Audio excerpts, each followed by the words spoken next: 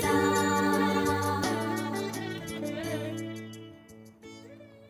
ಮಹಿಳೆಯರ ಆರೋಗ್ಯ, ಆಸಕ್ತಿ, ಉಡುಗೆ ತೊಡುಗೆ, ಹೊಸ ಟ್ರೆಂಡ್, ಹೊಸ ವಿಚಾರ, ಸಮಸ್ಯೆಗಳಿಗೂ ಇದೆ ಇಲ್ಲಿ ಪರಿಹಾರ.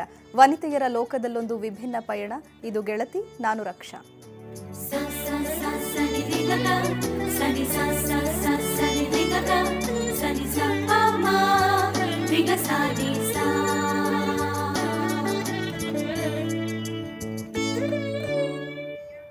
ವೀಕ್ಷಕರ, ಇವತ್ತಿನ ಗೆಳತಿ ಕಾರ್ಯಕ್ರಮದಲ್ಲಿ ಥೈರಾಯ್ಡ್ ಮತ್ತು ಇನ್ಫರ್ಟಿಲಿಟಿಗೆ ಸಂಬಂಧಪಟ್ಟ ಹಾಗೆ ನಾವು ಮಾತನಾಡ್ತಾ ಇದ್ದೀವಿ.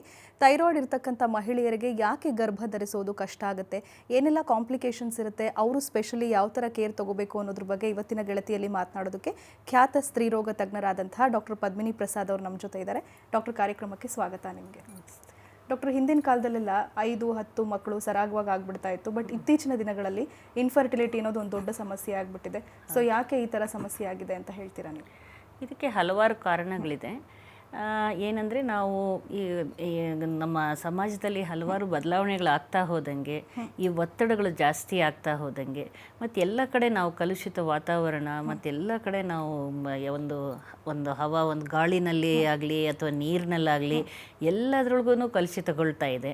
ನಾವು ಸೇವಿಸುವಂಥ ಆಹಾರದಲ್ಲಿ ಕೂಡ ಏನಾಗುತ್ತೆ ಅಂದರೆ, ಈ ತರಕಾರಿ ಇರ್ಬೋದು ಅಥವಾ ನೀರು ಕುಡಿಯೋದಿರ್ಬೋದು, ಇದಕ್ಕೆಲ್ಲ ಬಳಸೋವಂಥ ರಾಸಾಯನಿಕಗಳು, ಪೆಸ್ಟಿಸೈಡ್ಸು, DDT ಈ ಥರದ್ದೆಲ್ಲ ಕೆಲವು ಸಲ ಅದು ನೀವು ಎಷ್ಟೇ ತೊಳೆದ್ರೂ ಏನೇ ಮಾಡಿದರೂ ಕೂಡ ನಮ್ಮ ಆಹಾರದಲ್ಲಿ ಹೇಗೋ ನಮ್ಮ ದೇಹನ ಸೇರ್ಕೊಳ್ತಾ ಇದೆ.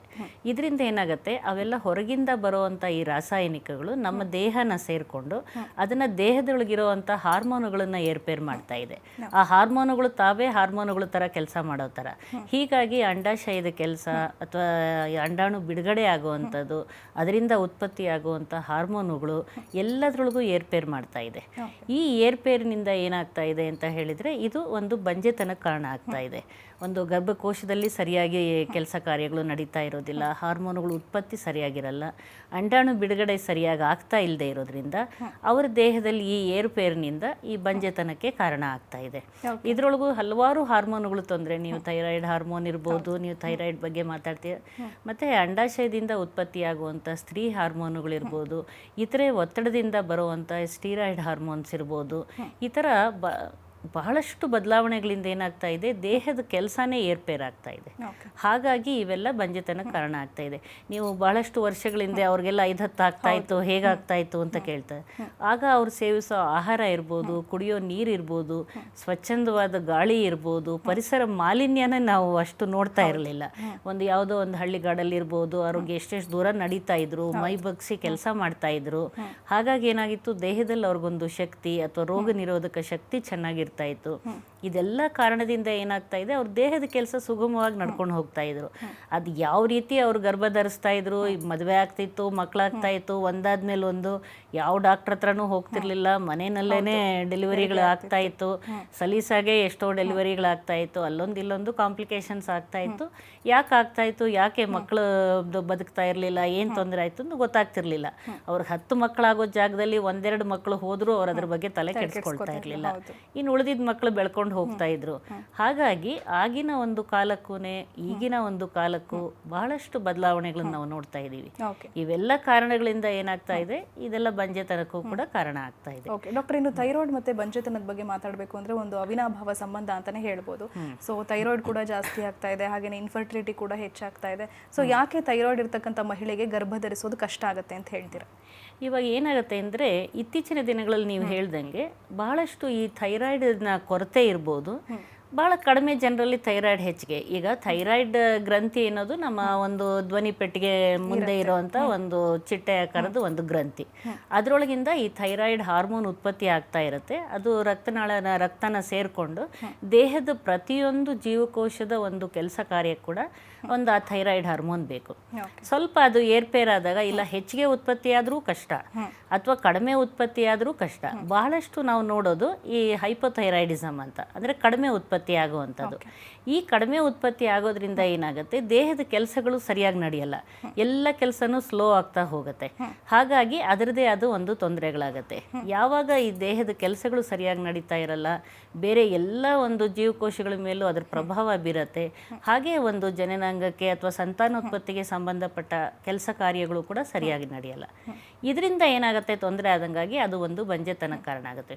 ಆದರೆ ಈ ಥೈರಾಯ್ಡ್ ಕೊರತೆ ಇರೋರಲ್ಲಿ ಗರ್ಭಧಾರಣೆ ಆಗಲ್ಲ ಅಂತೇನಿಲ್ಲ, ಅವರಲ್ಲೂ ಭಾಳಷ್ಟು ಜನರಲ್ಲಿ ಈಗ ಇದು ಬೇರೆ ಎಲ್ಲ ಚೆನ್ನಾಗಿದ್ರೆ ಗರ್ಭಧಾರಣೆ ಆಗುತ್ತೆ. ಆದರೆ ಆ ಗರ್ಭಧರಿಸಿದ ನಂತರ ಆ ತಾಯಿ ಮೇಲೆ ಮಗುವಿನ ಮೇಲೆ ಹಲವಾರು ಪರಿಣಾಮಗಳನ್ನು ಬೀರುತ್ತೆ. ಹಾಗಾಗಿ ಥೈರಾಯ್ಡ್ ಭಾಳಷ್ಟು ಜನ ಬರ್ತಾರೆ, ನೀವು ಹೇಳ್ದಂಗೆ ನನಗೆ ಅವರೇ ಡಯಾಗ್ನೋಸ್ ಮಾಡ್ಕೊಂಡು ಬಂದು ಎಲ್ಲೋ ಒಂದು ಯಾರೋ ಹೇಳಿರ್ತಾರೆ, ನನ್ನ ಫ್ರೆಂಡ್ ಹೇಳಿದ್ರು ನಿನಗೆ ಇನ್ನೂ ಮಕ್ಕಳಾಗಿಲ್ಲ, ಒಂದು ಥೈರಾಯ್ಡ್ ಮಾಡಿಸ್ಕೊ ಅಂತ. ಸೊ ಥೈರಾಯ್ಡ್ ಅವ್ರು ರೀಡಿಂಗ್ ನೋಡ್ತಾರೆ, ರಿಪೋರ್ಟ್ ನೋಡ್ಕೊಂಡ್ಬಿಟ್ಟು ಡಾಕ್ಟ್ರೇ ನನಗೆ ಥೈರಾಯ್ಡ್ ಕಡಿಮೆ, ಥೈರಾಯ್ಡ್ದು ತೊಂದರೆ ಇದೆ ಅಂತ ಹೇಳಿದ್ದಾರೆ, ಅದಕ್ಕೆ ನನಗೆ ಮಕ್ಕಳಾಗ್ತಾ ಇಲ್ಲ, ನನಗೆ ನಮ್ಮ ಮಕ್ಕಳಾದರೆ ಏನು ತೊಂದರೆ ಆಗುತ್ತಾ ಏನು ಅಂತ ಅವರೇನೆ ಒಂದು ಡಯಾಗ್ನೋಸ್ ಮಾಡಿಕೊಂಡು ಟೆನ್ಷನ್ ಮಾಡ್ಕೊಂಡು ಹೆದರ್ಕೊಂಡು ಬಂದಿರ್ತಾರೆ. ಹಾಗಾಗಿ ಅದು ಏನಾಗತ್ತೆ ಅಂತ ಅದು ಸರಿಯಾದ ಒಂದು ಪರೀಕ್ಷೆಗಳಾಗಿರ್ಬೋದು, ಅವ್ರಿಗೆ ಯಾವ ರೀತಿ ಇದೆ, ಆ ತೊಂದರೆಯಿಂದ ಏನಾದರೂ ಅವ್ರ ದೇಹದಲ್ಲಿ ಏರ್ಪೇರ್ ಆಗ್ತಾ ಇದೆಯಾ, ಅದು ಕಾರಣನ ಅನ್ನೋದನ್ನು ನಾವು ಅವಾಗ ಕಂಡುಹಿಡಿತೀವಿ.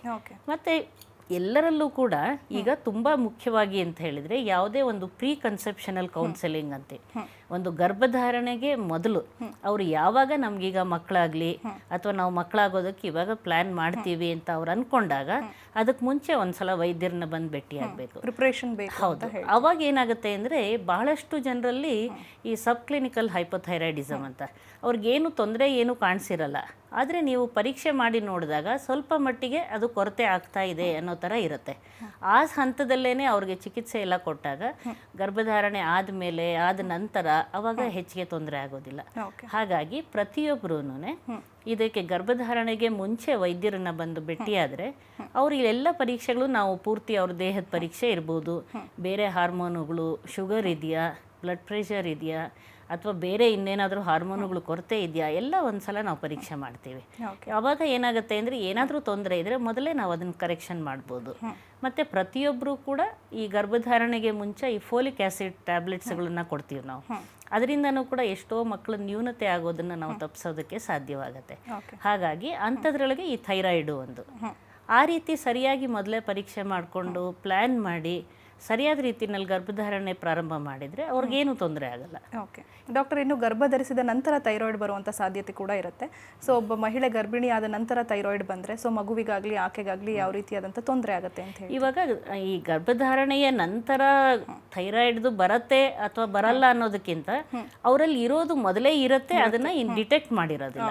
ಅದೇ ಮೊದಲ ಬಾರಿಗೆ, ಯಾಕಂದರೆ ಇತ್ತೀಚಿನ ದಿನಗಳಲ್ಲಿ ಎಲ್ಲ ಗರ್ಭಿಣಿ ಸ್ತ್ರೀಯರಿಗೂ ಕೂಡ ನಾವು ರೊಟೀನ್ ಪರೀಕ್ಷೆಗಳು ಮಾಡಿದಾಗ, ಈ ರಕ್ತ ಮೂತ್ರ ಪರೀಕ್ಷೆಗಳು ಮಾಡಿದಾಗ ಥೈರಾಯ್ಡ್ದು ಒಂದು ಪರೀಕ್ಷೆ ಮಾಡೇ ಮಾಡ್ತೀವಿ. ಯಾಕಂದರೆ ಅದರೊಳಗೆ ಏನಾದರೂ ಕೊರತೆ ಇದೆಯಾ ಏನಿದೆ ಅಂತ.